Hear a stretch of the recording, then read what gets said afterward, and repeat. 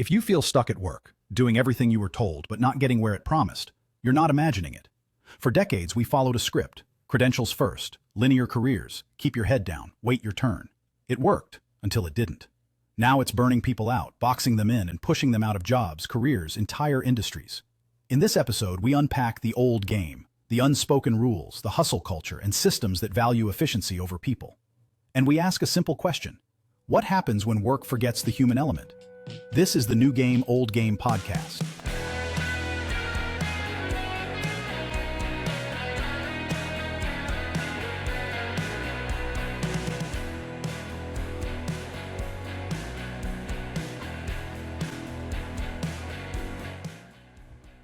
Hey, welcome back to the New Game, Old Game podcast. You're with Matt and Greg in our second episode.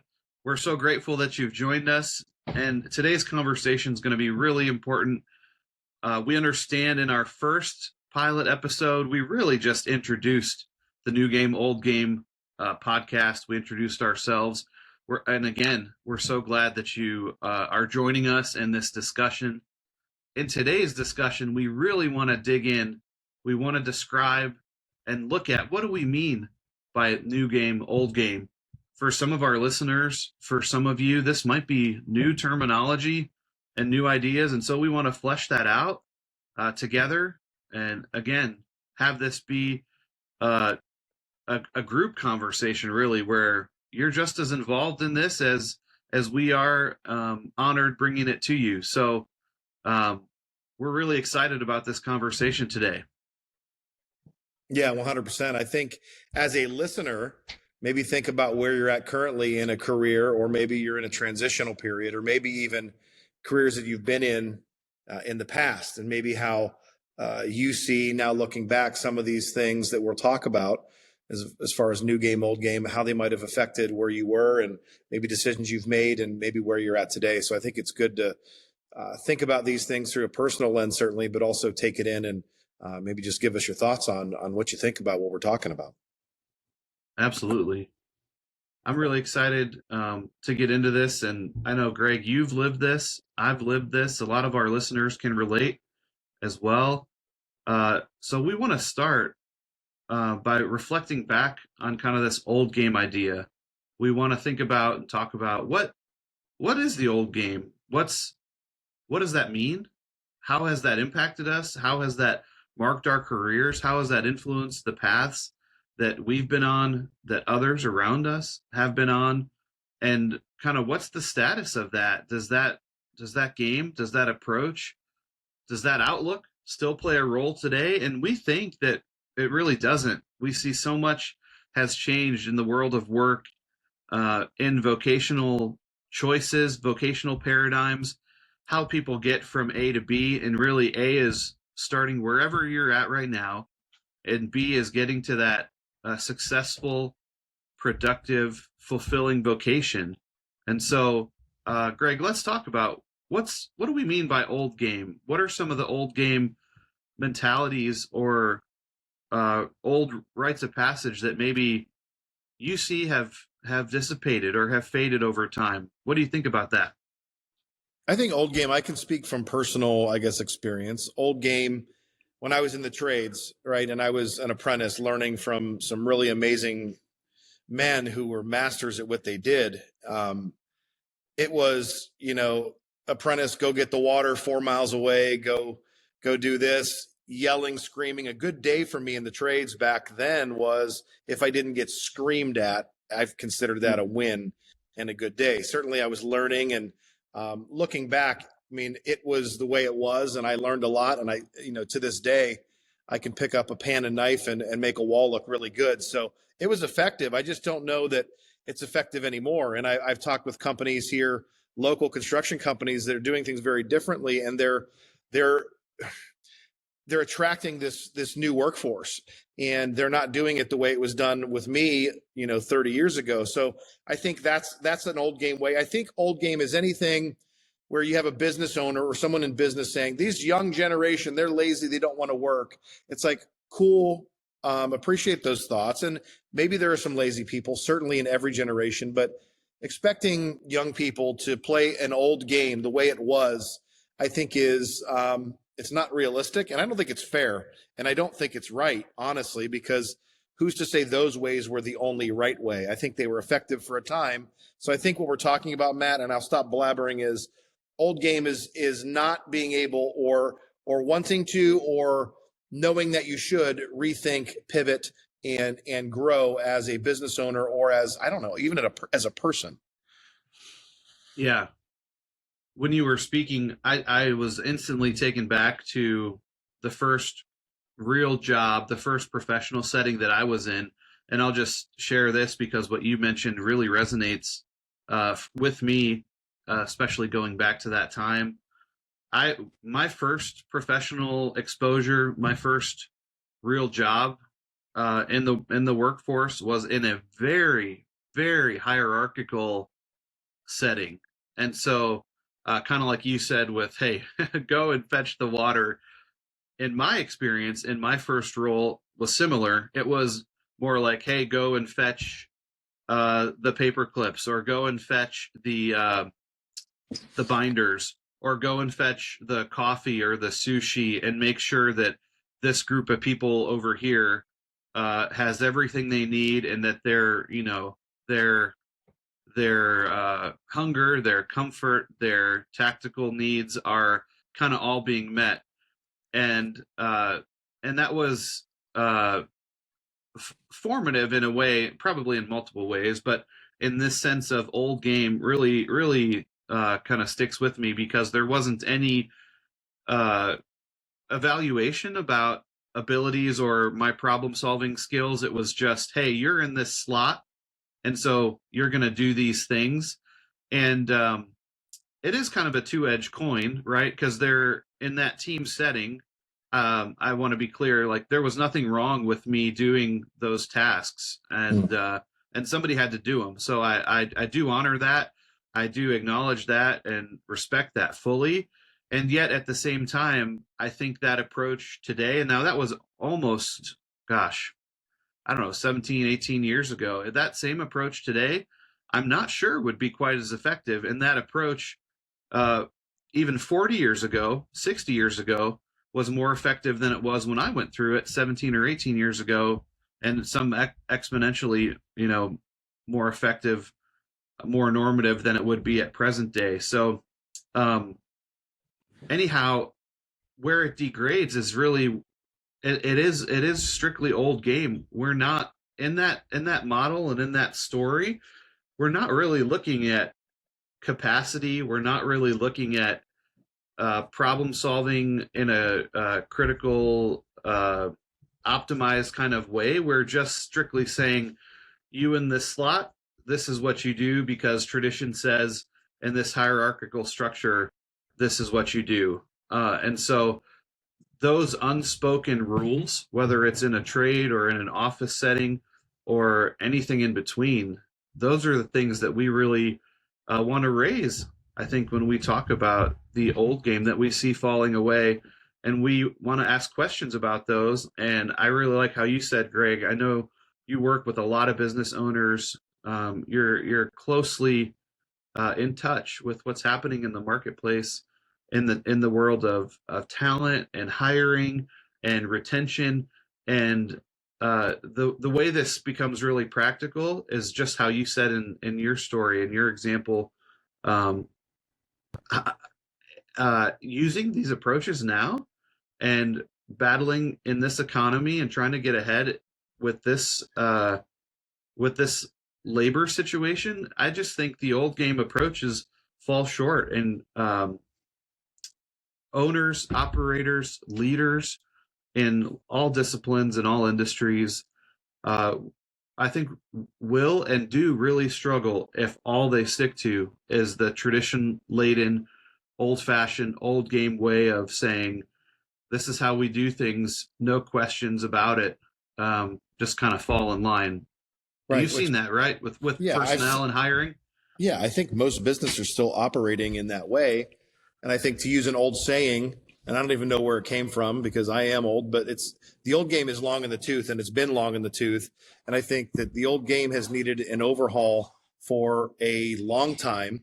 And, you know, I think we're at the point where we have to make it happen, and we have to help each other in other businesses find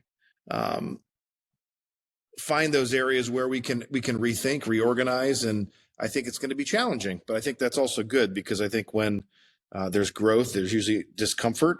So, what is that in every industry? And I think we can have a different conversation with every business, with every industry moving forward. What does that look like for your individual business? Because I don't know that it's this is the way we do it across the board with all businesses. I don't know if it's that easy of a fix, but I think there are some things that might translate to many of them. So, Yeah.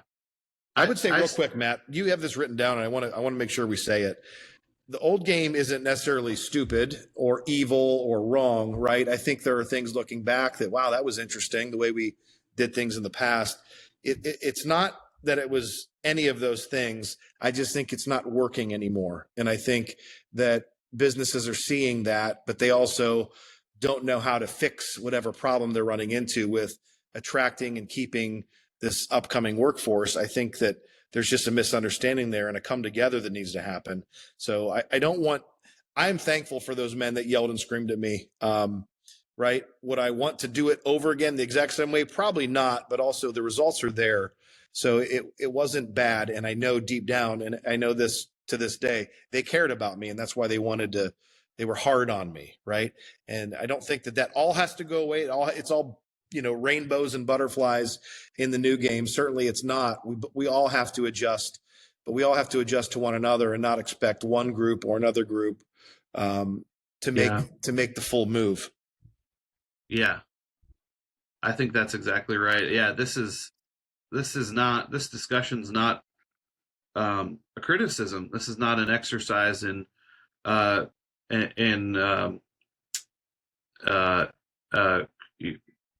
condescension or being critical, kind of the old game, or anybody who has lived the old game and been through that. It's not a criticism. This is about, hey, what can we do from here?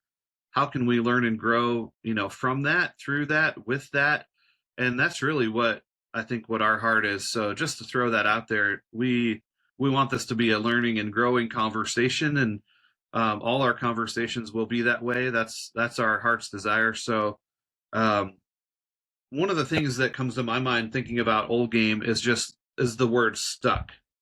I think that in my experience over the last 1 year, 2 years, I've really seen business owners, I've seen leaders in their businesses, or leaders in other organizations, if they're not businesses per se, nonprofits and mission-based work, and then workers themselves, guys and gals that I'm friends with, friends of friends, people in my network, all, not all, but many have this feeling of being stuck, like not necessarily being comfortable, fulfilled in their work, facing challenges if they're in leadership in their organization or in their business that they don't know how to advance through. I think a lot of that does have to do with leading today's workforce, retaining today's workforce, and growing your team, growing today's workforce to really meet the challenges that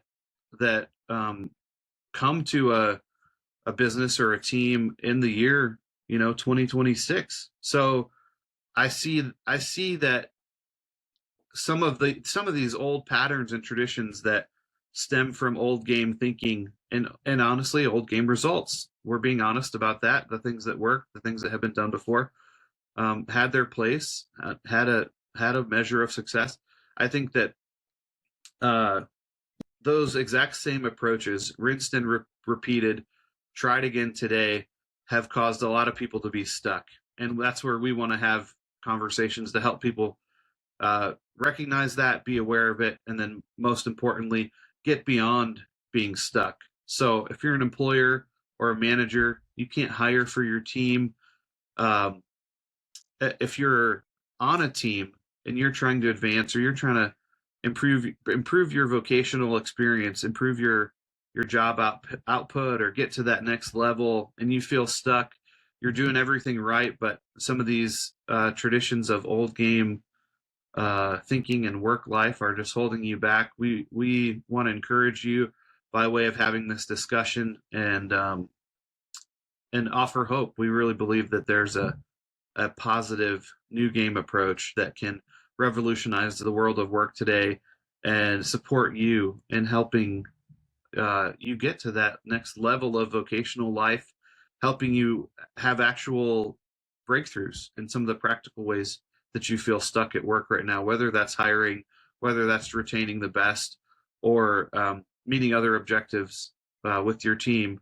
We think all this can come together and propel you from the old game to the new game of work in a really positive way. So, No, that's good. yeah, I think old game too. I mean, I don't know how much we're going to get into it because I think we could talk about this, I think for hours and hours and go on and on. But I think old game, some of the hustle culture and some of the ways that, we see that I think is falling out of favor.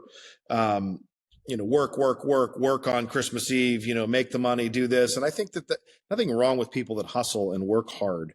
And I think you're going to get a certain percentage of every generation that is like that. But I think this next upcoming generation, this next workforce, they want their employer to value them in other ways, not just what they can do for them, but I think they want their employer to value, I know this sounds crazy, but like their home life, their free time, I think their joy and fulfillment in what they're doing. And I think that to people like my generation or maybe baby boomers, that sounds ridiculous or sounds soft, and I know that a lot of those words will come out like, and maybe people turn this podcast off when they hear us talking in certain ways.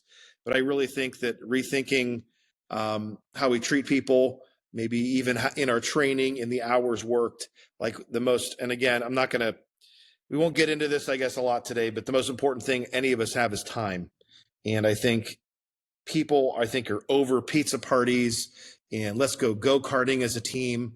And I'm not saying the team building activities aren't important, but really, I think what this next generation, this workforce, and I think even myself, I go back to myself, like I value time, and time is something you can't get back. Steve Jobs, yes, with Apple, billionaire, he couldn't buy 10 more minutes on this earth. So I do think that if we can think and rethink how we train, how we work, and like maybe even a work day or a work week, maybe the possibility of giving people some time back in their life. I don't know. We're getting into some of the new game ideas, but I guess old game on that, Matt, is work 60, 70 hours a week, hustle, hustle, hustle. Cool. But I don't know that many people are into that. And nor should they be. yeah. Time. I like what you said about time. Time is the great equalizer, right? Doesn't matter your race, doesn't matter your resume, doesn't matter. Nothing matters. We all have the same, right? We wake up, we've got the same. We've got 24 hours in a day. And like you said, resources can't produce more of that. So that's really at the heart of what do we value? What are we taking care of that can't be replaced? I'd argue time is at the top of that list. And looking at ourselves, right? Looking at ourselves, I've worked a lot, right? And I think sometimes, your life kind of goes by very quickly. And it's like, what did I do? And it's like, we've heard it a million times. You're not going to be on your deathbed hoping that you worked more overtime or lamenting the fact that you didn't, complete that project a day earlier or work on Christmas Eve. Like, I don't know. Like, I think it takes a lot of us. I think it takes us to self-reflecting is, yes, I've done some good things in my life, but also, is this the only way it can be done? So I think it's sometimes challenging yourself. Matt, I do want to go through some of these points. I know we can't hit on all of them. You have written down here, and I think it's fantastic. Credentials, first thinking. And Matt, I want maybe you to speak to this. We're not anti-education or anti-college, right? I'd say it's quite opposite, especially with education. We are absolutely pro-education. There are just many, many ways to educate yourself to move forward in this new game, right? And it's not that college is bad. I think it has a place, certainly. 1,000%. We touched on that our last podcast. But I want to think, like we talk about credentials first thinking. I just want everybody to hear it from you, Matt. You're obviously a college graduate, Notre Dame. I'm proud of you. I'm proud to know you. And the first time we met, you wore that big, awesome ring, and I love it. And I don't know, in some ways, wish that could have been me. And I admire that about you. But I do want to, credentials first thinking does not mean that we think college is bad or having a degree is bad, because you're going to have education post high school, no matter what it is, whether it's an apprenticeship, learning on the job, self-growth, self-education. Maybe you can speak to that, Matt, if you just take a couple minutes. Yeah, I think one of the hallmarks of our old game, one of the old game traditions or old game hangovers that we see a lot is credentials first thinking, or resume fact finding, or resume descriptors that kind of outweigh everything else. And so I would highlight just that credentials first thinking, if that's only what's being done, if that's kind of the only ingredient in the recipe, then I think that's really where it's problematic. And like Greg said, we're not against credentials. We're not against education. I think, in fact, the opposite. Education and bettering oneself and gaining new information, turning that into wisdom, gaining new skills, turning the skills into wisdom. We are pro that. We couldn't be more pro that. But if it's a credentials only or a resume only, kind of without the application of those skills and information in a way that promotes true wisdom and true capacity, that's really, I think, where the rub is. And what we want to call out is that if you're in leadership, if you're in the workforce, really for any person listening, we just want to call out that it's really easy to be credentials first and credentials only. That type of thinking is a lot easier than to take a holistic approach and to really evaluate real capacity, real expertise, and real wisdom. And so I would just credit that to sort of this breakdown in the old game, pardon me, is that there's a convenience to it where when we're doing all the things that we do in life and in work, a lot of times we, as humans, we will take the path of least resistance. And so there's this draw to say, oh, does this credential check a box, or does this resume check a box? Yes, move on. And there's an efficiency to that. There's an expediency to that.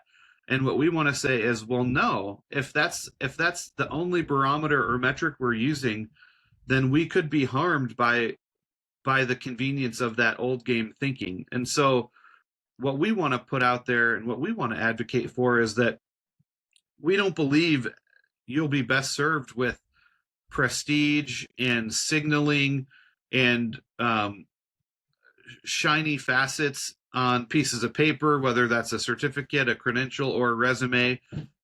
In the long run, we don't think prioritizing those values and those inputs will get the best results. Rather, we want to promote real skills, tangible wisdom, character, the whole picture, right, of a person. And that's where there's not one way, and there's not one convenient way to say this is the road that a person ought to walk. This is a road that will get you where you want to go. There's not a simple formula. And I would say that clearly there is a place for credentials. There is a place for education. There is a place for advanced degrees. Sure. There's lots of disciplines where you've got to do that. But what I'm saying is we just can't let our approach be handed down to us. We can't let our approach be something we thoughtlessly kind of walk through or sleepwalk through, or that we find ourselves taking the path of least resistance and we just kind of in a perfunctory way check the box and don't do a deeper evaluation on the person, or a deeper evaluation on the team, or a deeper evaluation on the culture. There is a nuance and a richness to this stuff that if we just simply say credential check, move the person on, no credential, no check, not moving this person on, we might miss an awful lot if we have that overly simplistic thinking. You might miss the person. Perfunctory, by the way. You win the word of the podcast with that. I'd have to look that one up. But I think you might miss that person that could change your business or change your life, right? And I think that, and we're not against AI either. I would say we're quite the opposite there, but a lot of organizations now are just having AI go through resumes and, looking for certain things. And that's a good one. That's a bad one. So I think in a way, businesses are like self-imposing this rule, like, hey, we have this rule and, it could be harming us, and it's also something we made up. So it's like, why do we have this self-imposed artificial paper barrier with certain things? And I'm not saying, I agree with you, Matt. It's not like degrees and certifications and things are bad. They are good, but that plus what else? Like, what else does that person bring? Or, I know there are people out there that maybe don't have the certification, but they'll absolutely kill it at that job. But I think we have to humanize things again. And I'm not saying that, hey, watch what AI is doing and, we're going to bury our head in the sand like that's not happening, because it is. And I think smart companies will grow with AI as well. We pause here, as this point marks the end of Episode 2, Part 1. Come back for our next episode as we continue the conversation we started here about what's really fallen off and what no longer works with respect to the old game. Remember to like and leave a 5-star review for this new podcast wherever you're listening if you enjoyed today's conversation. And as always, please share this with a person or two that you know who needs to hear this. We look forward to continuing and finishing this part of the conversation in Episode 2, Part 2, and we'll see you there. Until then, thanks for listening to the New Game, Old Game podcast, powered by No Alumni.